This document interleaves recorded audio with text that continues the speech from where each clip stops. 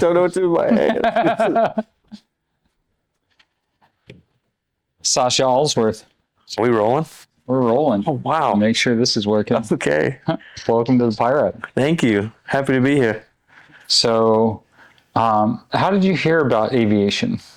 Definitely, it's a family business, kind of. Oh, yeah. Yeah, so I learned how to fly from my grandfather, who his father taught him.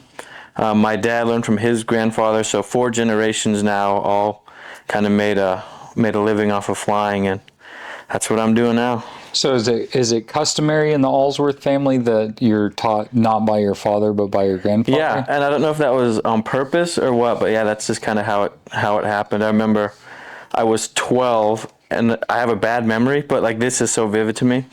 I was in my entryway at my house, and my dad's like, "Hey, you're gonna go fly with your grandpa today." I was, "Oh, where are we going?" He's like, "No, you're gonna go learn how to fly." I'm like, "Oh, okay."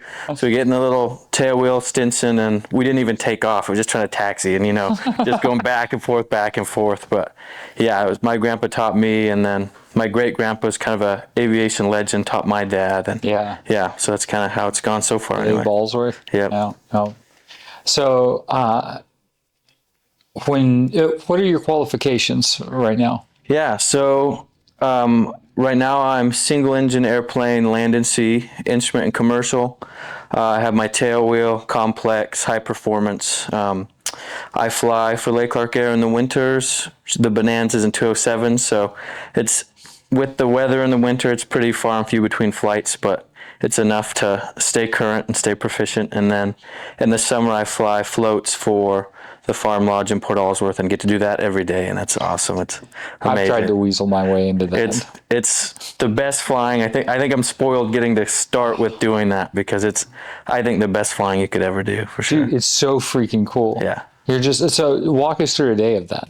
Yeah, it really depends, and like we're kind of different from most like lodges because oftentimes the pilots you drop off this group, you go back, pick up another group, and you're doing 8 hours of flying in a day, to where we're more doing stuff with our group the whole day. So I'll maybe go, let's say we're doing a tour of Lake Clark National Park. We'll take off and we'll fly around some of the glaciers and volcanoes in the park, fly for like an hour, hour and a half, stop somewhere, at the base of a volcano, get out, take pictures, stretch your legs, take off again, see more volcanoes, more glaciers, find some wildlife, 3 or 4 different stops. And the whole time you're just with these people who, it's so cool. And I'm sure you've seen it too, even just like flying through the pass, just people's eyes are so wide. And I remember my first time doing this tour, we're like seeing glaciers and volcanoes and all these things, and my people just weren't saying much. I was like, man, I hope they're enjoying it. Like, this is the best weather day we've had all year. It's such a good day.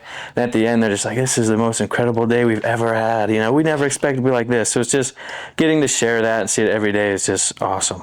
Dude, one thing I will say, like, I bought the camera that we're filming with right now actually because I wanted to take better shots of the mountains and pass. And no matter how hard I try and no matter whose pictures I see, it doesn't capture. Oh, absolutely. Like it's the everywhere around you. Yeah. It's the fact that you have like dark blue behind you fading to a pastel pink over the course of 360 degrees. Like it's wild. It's crazy. Like the full effect of it. Yeah. I've gotten to the point where I almost don't take pictures. I'll come back and I'll tell Chris, my wife, about, man, we had just the best day ever. We did this, and this. I'll pull up my phone and the pictures like of the tack time in the airplane. So that's all I have today. I have no proof of how amazing it was. But. Yeah, dude. Yeah, a lot of times I do skip pictures now because,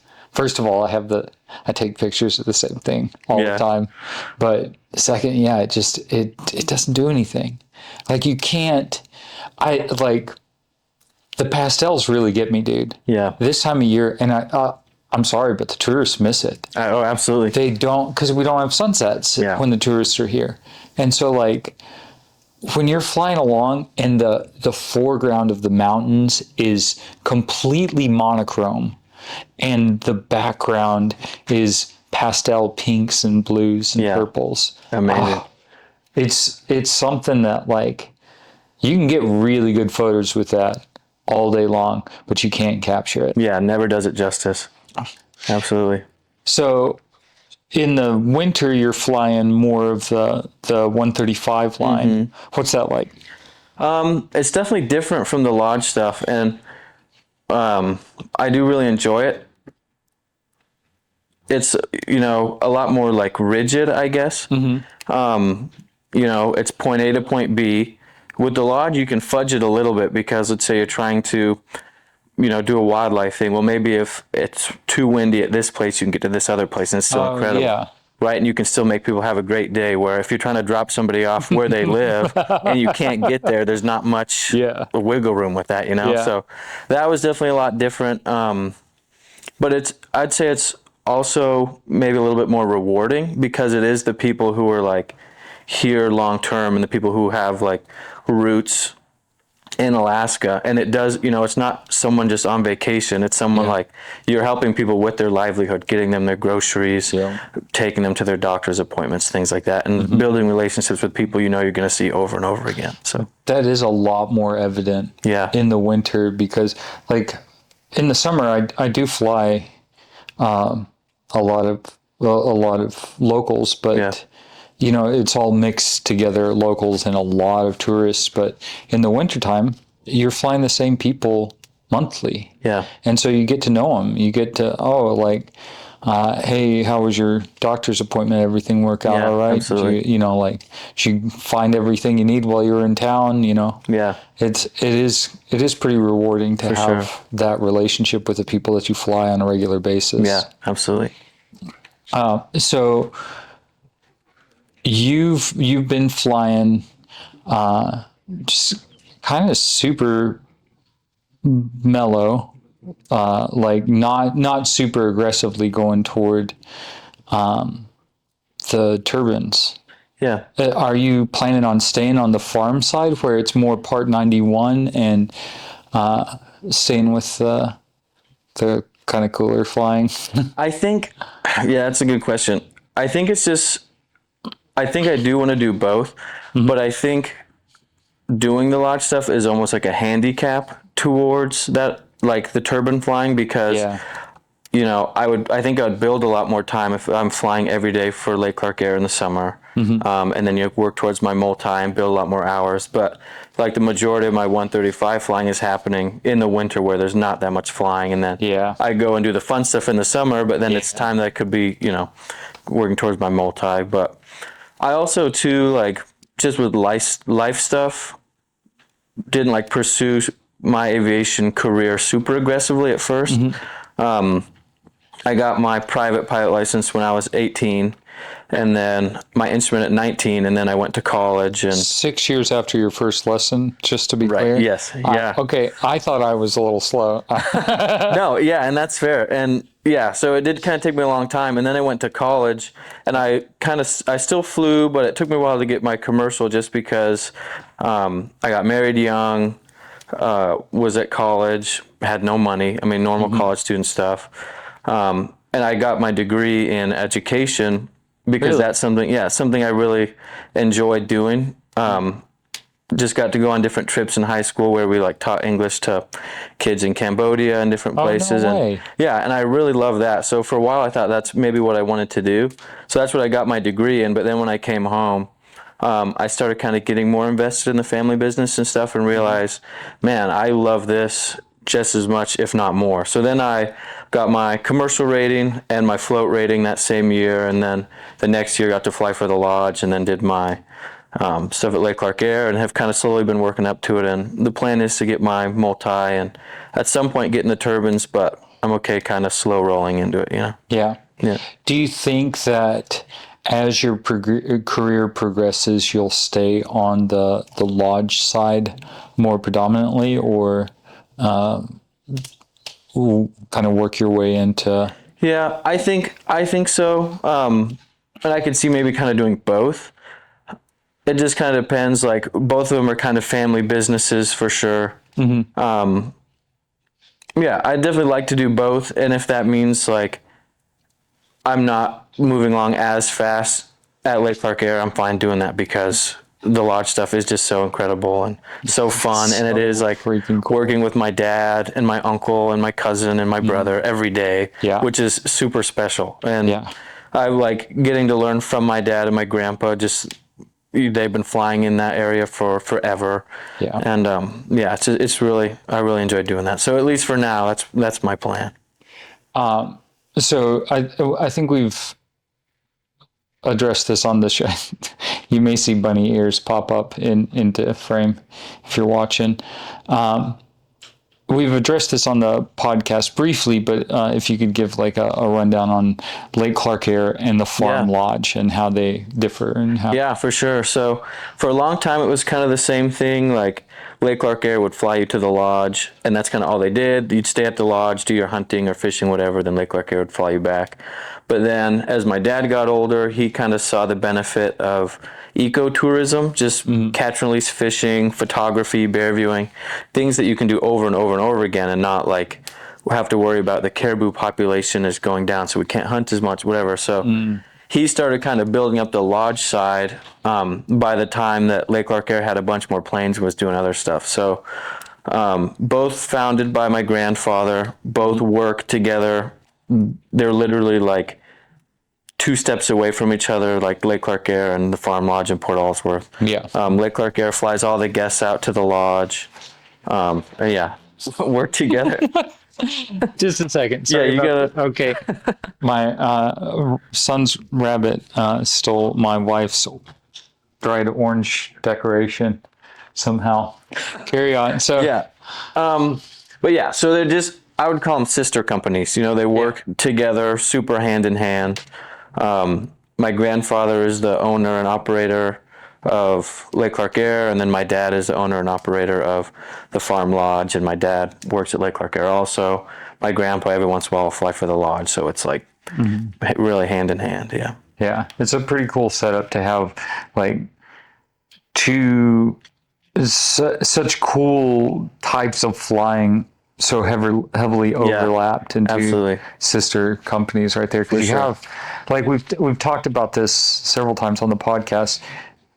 With Lake Clark Air, you have, you know, flying high on instruments, in icing, going fast, going far, logging, ticking every box on your logbook on a flight, and then and still getting to do some really cool low-level short field gravel stuff. But then the Farm Lodge takes it a step further toward the bush side of flying, and you get pilots flying you around in tail wheels and float planes to places that you just can't get to otherwise. Yeah, absolutely. Well, it's kind of cool. I don't know if you remember, but last summer I was on a flight with you and just a bunch of lodge guests from Anchorage to Port Alsworth. So it was cool because we flew out with you, and I got to see like the start of their trip, right? So they're just wide-eyed getting on the plane, and we go low through the pass, and we see moose and the glaciers, and you're pointing out like the cave falls and all this stuff, and they're just so amazed. And then the next day I got to take them on their tour. So it was cool because it's exactly like you're saying. I got to kind of witness like both parts of that type of flying and parts of their trip. And that was pretty sweet. Dude, I love that. I love seeing people just like lost in wonder, because it really draws me back into, like, I flew the pass today and I was focused on I was trying to hand fly it really nicely, and I was more focused on the technical side of it. But like flying with tourists is special because it's the first time they've seen anything like this. And it's like, oh yeah, I get to do this all the time, but it's still amazing. Like, absolutely. People save for years to do this. And it's wild. You're exactly right. Like, oh yeah, there is glaciers on both sides of my wings now. This is incredible.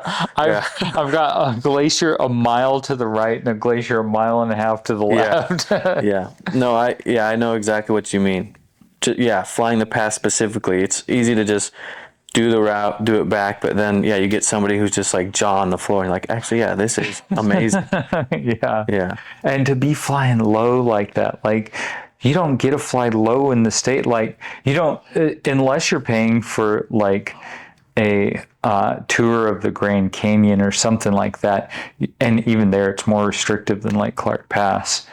You don't get to fly low. Yeah. You're not going low on your PSA flight in Charlotte, you know? Yeah. Well, okay. Am I allowed to ask you questions? Yeah. Okay.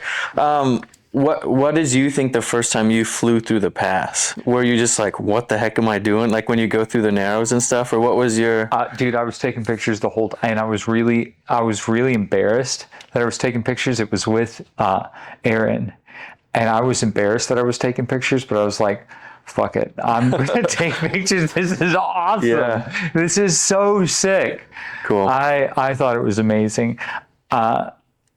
Were you asking like, was I super scared about like? Not scared, but were you just like, oh, we're going right through the mountains right now? I did as we were approaching, and I was like, I do not see a fissure here. Yeah. There is. Where are we going? Yeah, for sure. Yeah. I was a little concerned at first, but like once we got into it, like I was like, oh, this is so badass. Yeah, that's awesome. Yeah, and you hear people calling because Lake Clark shares the CTAF, the Common Traffic Advisory Frequency, with Anchorage area. So like once in a while when I was flying around Anchorage and high enough, I'd hear calls like through the Narrows, east into the Narrows. And I was like, oh man, that sounds pretty cool. I'd like to fly through the Narrows someday. And so, that's awesome. Getting to fly through it. Cool. Yeah, it was pretty rad. Yeah, that's sweet. So during the summer, what you've got three passenger seats. Mm-hmm. Well, it depends on the plane. But Okay. Yeah, because some of the tail wheels are just one passenger seat. Yeah. That's pretty intimate. What's that like? It's definitely interesting. Usually how that works out is we have two Stinsons, a 108 and a 10A. The 108 can pretty comfortably get 3 passengers, but then the 10A can just get 1, just side by side. Mm-hmm. Usually what happens, it's like a family of 4. We're like, okay, we're going to go land on this ash flow or try to find caribou, whatever. Mom and 2 kids, you're going with him, and Dad, you're coming with me. That's and pretty like cool. as a protective dad, oftentimes they're like, okay, I guess I'm okay splitting up with my family, and you are just like right side by side and rubbing shoulders and pulling levers and like reaching right across them and stuff. But most people are just so blown away by what they're seeing. It's all like glass doors on the side and stuff. So they will just, that's pretty cool. And people love it. And then in the float planes and the 180, 3 passenger seats. The 206, you can get a few more, and then the Beavers, obviously, a few more too. But it's definitely a lot more intimate for sure than like the 207 or the Bonanza, and then especially like the Navajo and the King Airs and stuff. Yeah, those you can kind of feel like an airline pilot. Yeah. Are you in the Beavers? A little bit. So cool. I know. It's not very much. I have like 15 hours maybe, but it's just like there's a lot of guys who have been at the lodge a lot longer than me, and the Beavers are pretty new to the lodge, so they all get first dibs. So, but in the 206, like it doesn't look that cool, but it's way faster and it's so much easier to maneuver and move around and stuff. I definitely enjoy it, but I know once I start flying the Beavers more, I'm gonna be like, I don't want to go back. Yeah, dude, 206 is a cool bird. Yeah, like, absolutely. Good power to weight ratio. I'd love to fly one on floats. Yeah, it's a lot of fun, dude. I'd love to just like take the summer and come fly floats. Be like, oh, sorry, babe. Yeah. See ya. So, do you have much time on instruments then? Not really. After I did my instrument rating, like I said, I would fly like for fun in the summers and like build hours, but I kind of had a gap before I did my commercial and my float. So not a ton of instrument time. Really? Yeah. Do you have any situations where you've gotten stuck in the weather? Yeah, and I consider myself a fairly cautious pilot. Like, I'm okay turning around or just saying no to a flight if I feel like it's not safe, or if I feel like it's beyond my limit. And I feel like what's been really good, especially at the lodge, is I think my dad was kind of like extra protective, like me and my brother and stuff, when we started flying, which I'm thankful for. But he'd do things like if weather was marginal or if it was a place I hadn't been before, he would kind of work the schedule out to where he would take a plane as well. So I'd get to like follow him and do stuff. Oh, okay. So that was really nice. But yeah, definitely had some situations where, there's a lot of clouds, low fog, and I'm flying, and you turn to the next valley, and it's socked in, so we're going to go look for another valley. It's socked in. It's not great the way we came. We're going to land for a little while, and never a situation where I'm like, I can't see anything, I shouldn't be in this, but it's like, it's getting bad fast. We're either going to have to turn around or wait it out. So you're saying land and wait it out, you're talking about like in the float plane? Yeah, in the float plane. Just like sitting down on a random piece of water. Pretty much, yeah. Waiting. Yeah, there was this last summer, we had a time, it was my day off, but Chris and the kids were off doing something else, and I happened to be walking by the beach, and my dad was getting ready to go take a group of, or pick up a group of like whitewater kayakers at this lake. And so I was like, hey, I could go pick up all the boats, you get all the people, we can do it in one load, and then you don't have to do 2 trips. So perfect. So we take off and we go, and it just kind of gets worse and worse with every valley to where we're following the river. And he's like, I'm right on the river, I'm following, I can see well. And it got to where I was like, this is definitely beyond my comfort zone. And there was a lake that I landed on a bunch of times, so like, I'm just going to stop here. Boom, parked at the lake and waited, and by the time he was taken back off, it all lifted up nice, and I was able to get out fine. But just being willing to like make that call, I'm not going to push it. Yeah, definitely had some situations like that. So you made that call while your dad was continuing in a two-ship. Yeah. Like what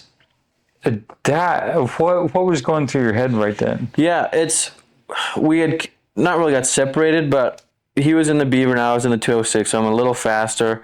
We had kind of gone like different routes because I thought I could see better in other places, and obviously he has way more flight time than I do and flown that area way more than I have, so he's a lot more comfortable in situations that I'm not. So it was something that he was super comfortable doing, still had all his minimums and stuff. And for me, I was just like, you know what? It's not worth it for me to push it just to pick up some inflatable boats. So I parked it, and he, it's great working for someone who's not going to get on your tail. Like, what are you doing? Why didn't you just make it in? So he's like, no, that's a good decision. You did the right thing. So, and that's always super encouraging. That's really admirable that you were able to push aside all of the external pressures that you had to continue. Yeah. Which it's not nothing. Yeah, absolutely. You're already out there. Your dad is making it. There's another pilot making it. Yeah. And that other pilot is your dad, and you grew up out here. Yeah. And people are waiting on this. You're going to delay somebody else's day by not doing this. So being able to be like, hey, I need to stop here. That's pretty admirable. Yeah. We were talking about this, I think maybe with Chris Vardis. Continuation biases or get there-itis is quite often put into this framework of getting to your destination has a zero value. Right. And so a lot of the articles I read are like, well, if it gets below this, then you call it.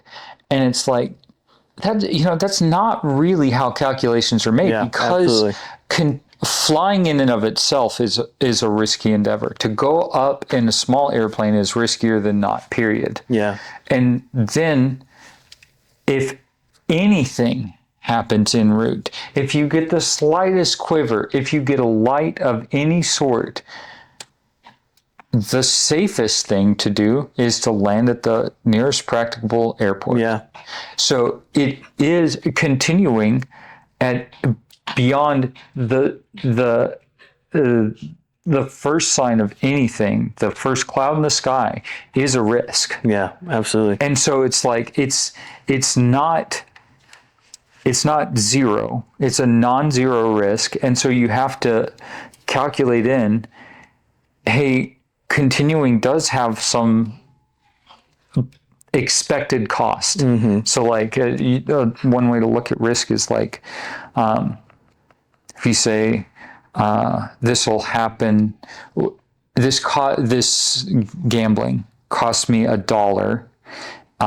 But once every 100 times I win $200. So your expected win is $2. Yeah. So it's worth it. Like you just keep playing and you win. Yeah. And so like your expected cost of continuing any flight past the slightest inconvenience, it goes up. And so how do you calculate that? It's a moving target. Yeah, absolutely. And so like what are the factors that you're looking at as you're moving through that decision-making process in real time? Yeah, no, that's a great question. And I think it really is like dependent on the situation. Like I remember on my commercial check ride, the lady asked me like, okay, you're going from Port Alsworth to Igiak. Like, what are your minimums? What are this? And it was like, you know what? I don't really have like a set, obviously legal, but it's like, it's not really just like a set number, because if I'm flying from here to Iliamna, it's something I've done tons and tons of times. So it's like, I'm okay with the weather being a little lower. I'm okay with it being a little windier, because like, I know how to approach those things. If I'm going to Ekwok or somewhere that I've never been or been very few times, obviously my minimums are going to be higher. But yeah, just, it's kind of crazy because like you were kind of saying, there's so much that goes in, and even if it's like an easy day, perfect weather, everything's going fine, there's so much like mental stuff going on. It's like it's so mentally taxing that as soon as something does start to go wrong or not your way, it is crazy how fast that like switch flips, and you're like, oh, this is not where I want to be, So yeah, definitely just thinking through like, okay, am I better to turn around? What's around the bend? Is what I'm doing worth it? Just little things like that, and just remembering like everybody is going to prefer turning around and landing than getting stuck on the side of a mountain somewhere or something bad. It's just put it into like a big picture perspective. You might be able to squeak through and go through the terrible weather and get to that place, but that makes your chances of something bad happening so much higher. Oh yeah. I think most people are okay with like, hey, I think they'd rather see a pilot say, hey, this isn't something that I think is safe right now. We're not going to push it. Than like, hey, we just flew through that terrible stuff. You're home. Ooh, yeah, man. I remember I had these passengers on my flight for like, the thing is like with non-scheduled air service, especially the way that it works going to the Aleutian Peninsula is that it's like a bus route. It's a milk run. You go out and you stop, and then you come back and stop. And so like people that are going super far southwest from Anchorage, which is where you do all of your shopping and all of your medical stuff, everything that you need to do in person is done in Anchorage. They're spending sometimes 3 or 4 hours on your airplane as you stop through. I know 8 different stops watching you load, unload, load, unload. Yeah. And they're, sorry, we've got a gaggle of kids downstairs right now. That sounded like mine. I'm sure it's fine. But I'd had these passengers on from Anchorage, and I was going down into Chignik Lake, and man, the weather was okay. The winds weren't great. It was like high enough ceilings to get in there, and pretty decent visibility. And I went in there and I wanted to get these people to home, because like I knew if I can't get them home, then they have another 4 hours on my plane back to Anchorage to go stay in a hotel. Yeah. Like it's going to be a really bad day for them. It's been turbulent all day. And I got down to maybe 200 feet. And I was like, I can't do it. I poured the beans to it, and I went around, and they were okay with it. They understand like, hey, sometimes you just can't get in. Yeah. So yeah, like sometimes you do have to make that. Yeah. That definitely comes with the territory for living out here. Yeah. Especially out in the bush or in these villages where it's like everything is just harder. And just getting home. And like you're saying, for me, if it's a lodge tour, picking up people, it's, you cancel your tour for a day, but these people who really need to get home, or you've flown for 6 hours, that's a lot bigger of a decision to make rather than going half an hour back to the lodge you're staying. It's like, no, you're going 6 hours back to where you came from. You got to try another day to get home. And that's like flight time. It's like also there are stops in there. So your total time on the airplane that day is. Absolutely. Well, and it's that much more pressure because it's not like we charge them for another flight if that happens. So that's seats that could have been, filled with somebody else. So there's definitely a lot of factors for sure that go into it. And it's, like I said, so much it's so mentally taxing, even if you don't realize there's so much going on and so many factors. Yeah, that is one part of flying that it kind of astonishes me because it's like it's a boiling the frog effect. By the time you're doing the Lake Clark Air, flying the Lake Clark Air line, you've got weather minimums, you've got company minimums, company standards, the routes you need to fly, the airplane's capabilities, your capabilities, where all your luggage is and where it's going, and it's a tremendous amount of stuff to juggle mentally. And then, lucky if you're landing on a paved runway. This time of year, you don't know if the runway is frozen solid or covered in a sheet of ice or 8 inches of mud or so many factors. It's crazy.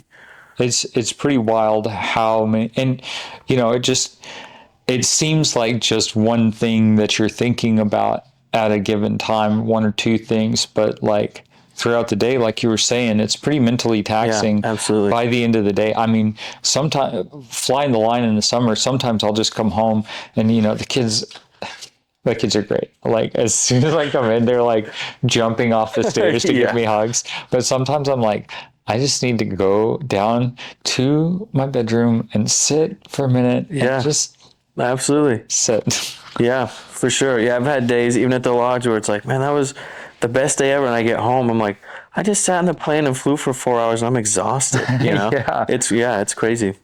Yeah, dude. So what are some of the more memorable flights that you've had with Lake Clark or the farm? Yeah.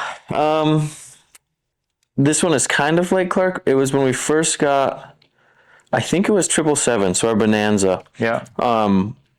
And somebody had flown up from California, and it was in Anchorage. And then my dad and I were going to fly out to Port Alsworth. And it wasn't on the line yet or anything, but we're getting ready to put it on. And we take off from Anchorage, everything's fine, but it was pretty windy, so we went really high. We're at 9,000 feet or something, getting ready to go kind of direct towards Port Alsworth. Mm-hmm. We're just about to get over the mountains, and then whoa. No engine power at all.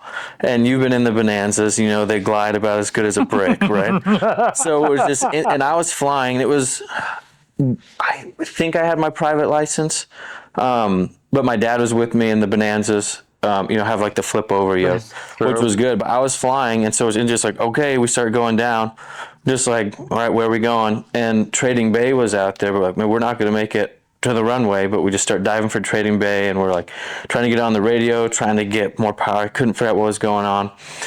And the runway was like this, we're coming in like this, and there was a four-wheeler trail with big berms on the side. We're that's what we're aiming for. We know it's going to rip the wings off of this new airplane, but we should survive. At that point, I think we had flipped the yoke over. My dad was flying, but I'm still in the left seat. Just trying to figure everything out. That yoke is not easy to flip. No, but we figured it out. And we're coming in, and we had to be, it's one of those weird things where it feels like it happened in a blink of an eye and in an eternity at once. And we're coming in, we're getting ready to touch down on this 4-wheeler strip. We just get this little burst of power, just enough to like squeak it over and get on the runway. No and we way. touched down. I remember like just being so like, oh my gosh. And my dad's like, he's like, I don't have brakes. And I'm just like, oh no, the brakes aren't working. Not realizing like I'm sitting in the left seat with the brakes. So I'm like, crap, our brakes are working too. And he's like, Sasha, get on the brakes. Oh, I slam on the brakes. We come to a stop. And yeah, that was wild. But then Jose and my grandpa actually were my grandpa was watching our tracker, and as soon as he saw us descending, he just hopped in the Navajo with Jose, and they were already on their way to like No way. Yeah, it was really cool. So like by the time we finally landed, they were there 5-10 minutes later. Wow. And we ran it up a ton, and they kind of figured out what was going on, and then we took back off and flew it way up high, and then flew direct to Port Alsworth, and we stayed at like 11,000 feet to or over the runway in Port Alsworth, and then descended down and landed there. That was definitely, will not forget that. Just like, yeah, it was crazy. So what was going on with it? They think there was some water, and then they think, yeah, because they couldn't find anything else wrong with it. They think there was some water that froze when we were way up high, and then as we got lower, it maybe melted out, and that's where we got that little burst of power. Because like they came and started the plane right up and ran it up super hard, and like nothing wrong with it at all. So Yeah. that was kind of their. I had icing happen a couple of times because I had a carbureted airplane, and that, it's like, and it just goes, and then it spoofs you because there's no smoking gun. Yeah, exactly. And it's like, what? I'm just supposed to fly this, and dude, yeah, it was wild, and that was. After that, I wasn't allowed to fly in new planes because that was the second time in a year that I had an engine failure in a new plane. Yeah. What was the first time? So it was right when my grandpa had started True North, which is his flight school that used to run a bunch. And he bought a second 172 that was in Washington. So my Uncle Leo and I went down to fly it up. And they had just been sitting in this hangar for a super long time, and this old crusty mechanic did the annual, and he's like walked around telling us everything that was wrong with it that he fixed, and we sumped it really well, looked over it really well. We spent like 6 hours before we even started the thing going over every little thing, ran it up super hard. Did a couple touch and goes, ran fine. Like, okay, we're going to take off and just go to this other bigger airport. We can get more gas, kind of figure out a plan. Because I remember we had our little like 460 Garmin's, and we got there and the plane didn't even have like a cigarette lighter charger. So how are we going to charge our GPS? So we're like, all right, we got to make a game plan. But we take back off, and same kind of thing. We're flying along, and I remember my uncle telling me, in a new plane, in a new place like this, it's always good to be like looking for places to land. Oh yeah. And the way I remember it, it was almost like instantly, same thing, no engine power. So we're just like diving down. We end up landing in this huge, not that huge, landing in this big field. We like, no way. We hit a metal, like a barbed wire fence, hit a metal post on a barbed wire fence. We're like bouncing down. There's cows going by on the side. By the time we stop, we're like slamming on the brakes so we don't hit the trees at the end. And oh my God. that was crazy. Once we got out, we walked around and realized there were all these like huge drainage ditches, like these 9-foot that we missed. And that fence we hit just with the nose wheel and just like bent it right in half. So we're just like sitting in the middle of this field, like what in the world just happened? And then eventually like the cops show up, firefighters show up, the farmer who owned the field showed up and all this stuff. And we're kind of like, okay, yeah, we're going to get the plane out tomorrow. We'll take the wings off, get a truck, whatever. And before, this was crazy, before we're all getting ready to leave, and the cop's like, well, what are we going to do about the fence? We're sitting around the fence. The farmer's like, oh, don't worry about it. My uncle, I think it was because he had so much adrenaline, he was like, oh, here you go. And the metal pole was like bent in half. Literally grabbed it and bent it straight. Because he just had so much adrenaline. No way. It was crazy. Dude. Yeah. And then, so they think something with that, maybe water too. They think that the fuel tanks in the planes like had a little dip in them, so all the water collected there. So when the mechanic had run it up a ton, like that water at the low spot never went down to the engine. But then once we did the touch and goes, slosh the water around, goes down, and that's what we kind of think happened. But that was another crazy thing. And then it was 4 or 5 months later with 777 it happened. So they were told like, hey, new plane, Sasha is not allowed to fly. And that's fine with me because I do not want that to happen again. Dude, that's wild. 2 engine failures before 100 hours? Oh, yeah. Oh, Jesus, dude. Yeah, it was crazy. That's wild. Yeah. 2 single engine I know, failures, yeah, no less. It's not... Definitely crazy experiences. And like looking back, I think it was almost good that I was so green, because maybe I didn't know any better, you know? And You're like, luckily they just quit all the time. Yeah, I know. And luckily I had people with me both times, you know, who a lot more experienced than me. It was good to like be able to work together with somebody. But now it's like I almost can't listen to music in my headset because sometimes like the music will change or like the pitches change. I'm like, oh, is that the engine? Something happening? I'm just like hyper paranoid about it now. Yeah, but, dude. You do, once you fly an airplane for so long. I remember like 316 was down for an annual and or a phase or whatever, and I had to fly 315, and I like got it up into cruise, and then I just couldn't get comfortable because it didn't shake the same way. I was like, I don't know what's going on here. Absolutely. Yeah, you get kind of in tune with it. Mm-hmm. Do you have a favorite airplane over at the?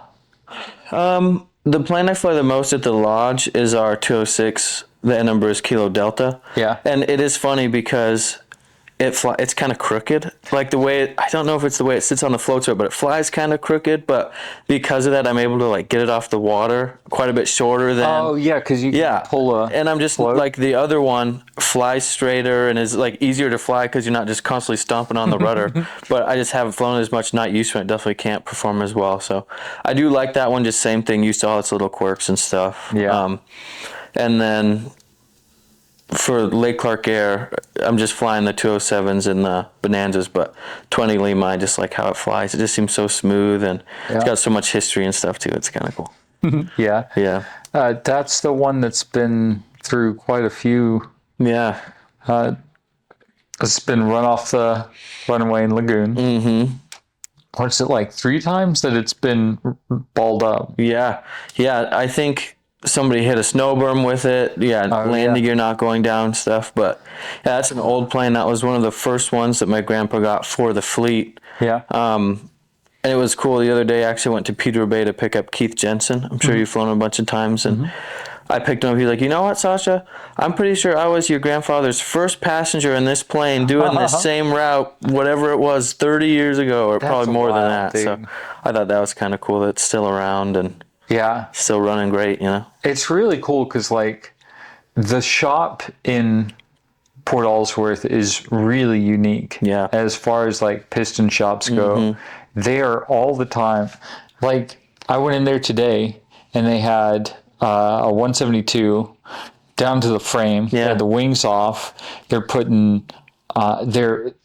making a total backcountry airplane. Yeah. New strut on the front, or not strut, but the glass piece, the glass fork that hold for bush wheels, and they're putting a Sportsman stole on it. And, like, they're fully outfitted. VGs and Yeah, they're like, they do that stuff all day long. I know. New awesome. wings, new sheet metal, new engine, new prop. Like, it's not like they're just doing annuals. Yeah. They're doing real, like, this so-and-so's airplane crashed in the tundra. He wants to rebuild it. Bring it in here. Yeah. And they're doing that all the time. And so they're like, the fleet of GA airplanes is shrinking, but they're fighting hard against it. Like, yeah, it is cool. You'll go in and they will be doing an annual, but in the back corner you have somebody's random plane that's stripped down, that they're repainting or whatever it is. Yeah, they've always got something cool going on. And they do it like all custom sheet metal work, which is really cool to see. Like building the molds for it, or I don't know what they call them, but out of the wood, so that you can press the pieces, all custom made. Yeah, it's a super talented team that's out there. It's pretty cool. Definitely a unique group, and a lot of cool things. And being out in the middle of nowhere has so many challenges too. You know, you're missing a part, and it's not just like you're going to drive and get it or call somebody and have it delivered that day. You got to call somebody else who can call somebody else to pick it up. Then you got to wait for the flight for it to get there. And and then when you have planes that you got to get turned around pretty quick, it's a lot. It's definitely a hard job, but they do a good job, which is nice for us for sure. That they do well. It's really cool because they'll knock out those phase inspections and stuff like overnight and have stuff back up and running for you. Yeah, absolutely. It's pretty cool to see that because like the shops down in the States, it's They may do an engine overhaul or replace an engine every once in a while, but I've never been in a shop that was doing that volume and that diverse. Yeah. It's so cool. So what's on the horizon for you? Just like flying wise or Flying wise? Yeah. yeah, hope to get a little bit more beaver time this summer. Yeah. Would be awesome. Nice. Yeah, actually at the lodge we have one fewer pilot than we did last year. Oh, okay. But it's actually looking like a busier summer. So Sweet. Which we kind of all decided that hey, we're happy to do, extra flying, and Hell yeah. so that'll be cool, hoping to do that. And then the plan is next fall and winter to get my multi. Nice. Probably come into town and do it here, and then start building, hopefully knock out all the night I need to and slowly start moving into that. But Nice. yeah, that's Get kind up of to 1250 and get into the Navajos. yeah. The 1250 won't be hard. It's just I haven't been as diligent with my night as I should, Yeah. Well, you can't fly night. You can't land at night out there, right? Not very easily. What we usually do is like to build night, we'll go 2 hours before sunrise or whatever, and we'll go fly around Iliamna a bunch, and then we'll land back at when it's bright enough, or you'll have a buddy who's willing to put out the runway lights for you when you're planning on coming back. But it is different because I remember first doing night flying around there, and you take off from Port Alsworth, and then you have no lights until Non-Dalton, which is 20 miles away, 25 miles away. It's dark. And there's mountains on both sides. So we try to go, not a great winter for it this year, but try to go when there's a lot of snow and a big moon, because that really does help. Kind of see a little better. Yeah. I remember one of the things, like my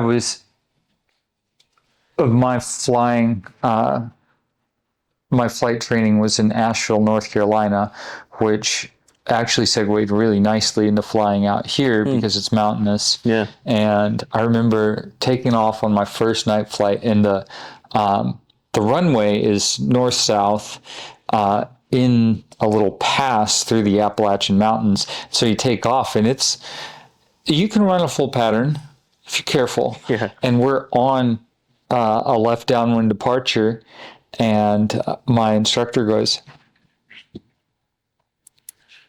"How close do you think that mountain is?" I was like, He goes, "Yeah, a lot of people run into mountains at night because they don't realize they don't have lights on them." Yeah.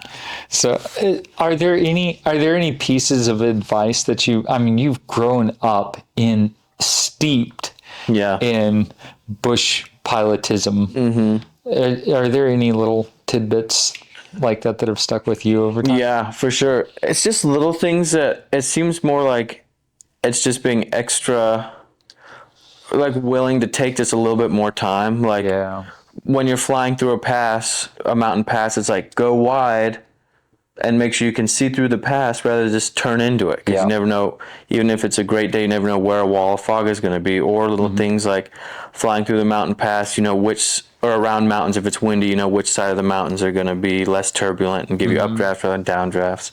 Just little things like that.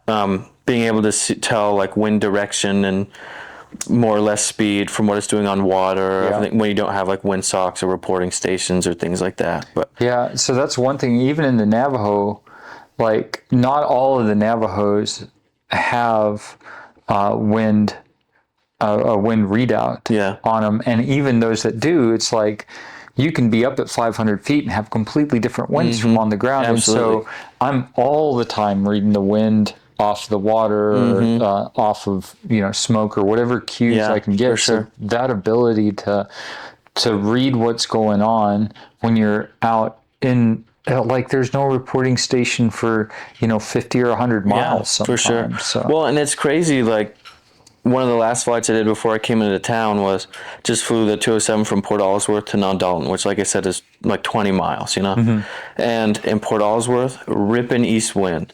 Take off, get high enough where I can hear Iliamna, ripping east wind.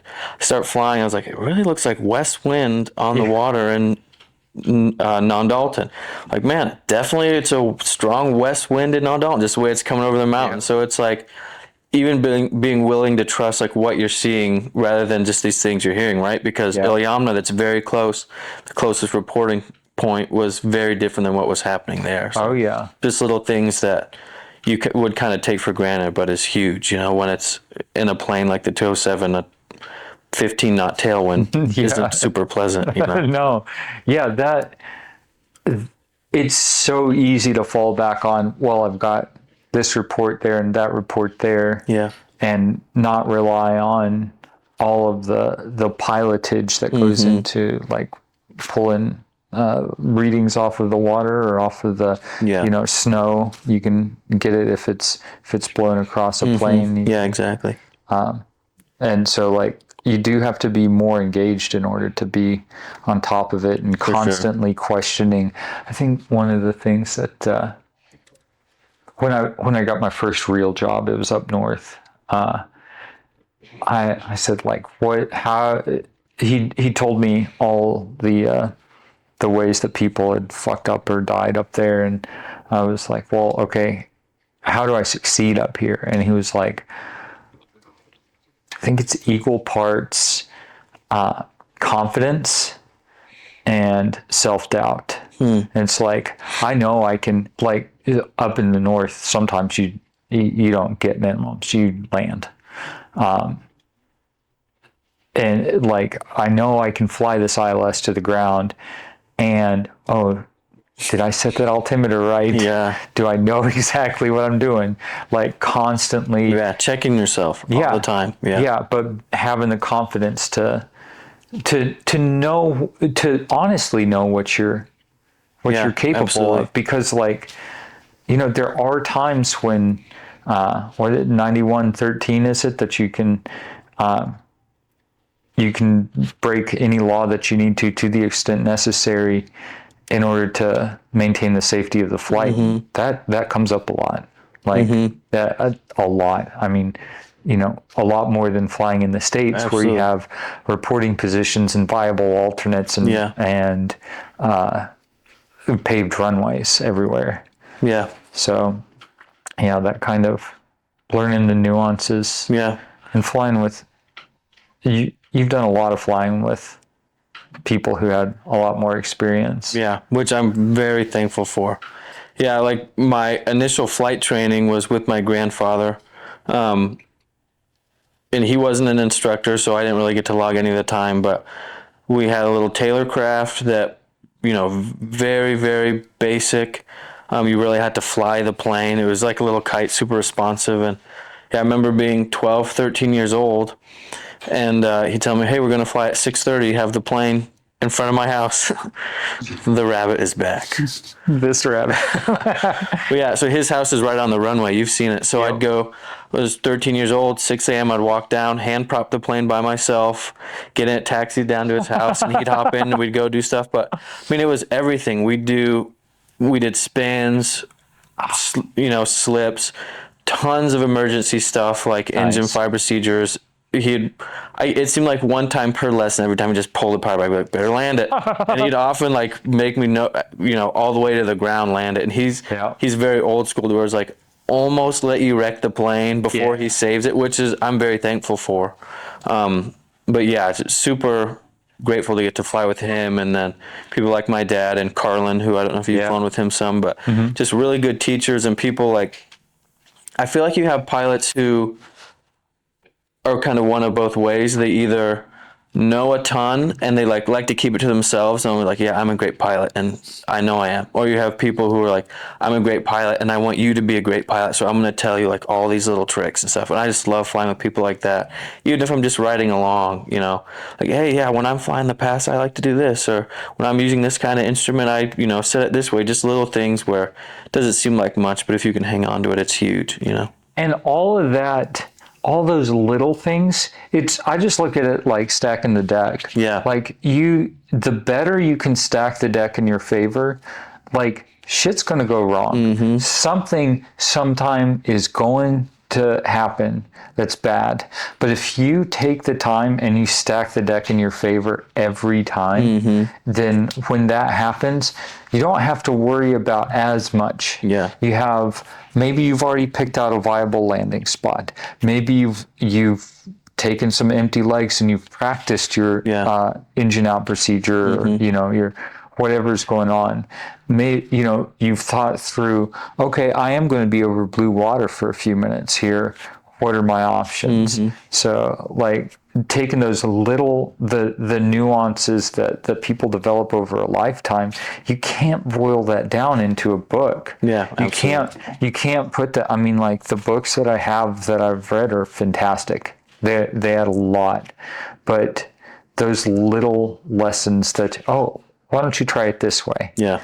That's where it really starts to add up and to add to your skill as an airman. Yeah. And yeah, I think just being humble and being willing to like take instruction and to learn, I went to school at Liberty in Virginia, and I met a lot of people who are in the aviation program, and just the most annoying people ever. They have like all the stickers on the cars. Yes, I'm a pilot. You're allowed to talk. Just stuff is like, oh, you're just so arrogant, and it's so annoying. Yeah. But just like being willing to say, yeah, there are pilots who are much more experienced than me, know so much more than me. I do have a lot to learn, no matter how many hours you have or how much you've flown. I think that's super, super important, and shows that you're a good pilot and willing to learn. Yeah, I mean that's how you survive. Yeah. Ultimately, out here, you can follow the rules and survive in a 121, and they've got it sorted out, and there's somebody there to back you up, but like you're not playing the same game. Yeah, out here, and so that humility, and I don't think this is exclusive to 135. I'm not saying that at all. What I'm saying is like the situations that you encounter are so diverse that you have to accept the fact that everybody that you've flown with has experienced something that you haven't, that knows something that you don't, and has something that you can learn from them. For sure. And so that little bit of humility and bringing that to the cockpit every time and trying to pick something up. Yeah, that's huge. Absolutely. Sasha Alsworth, John, thanks so much for taking the time. Absolutely, it was a lot of fun. Hell yeah.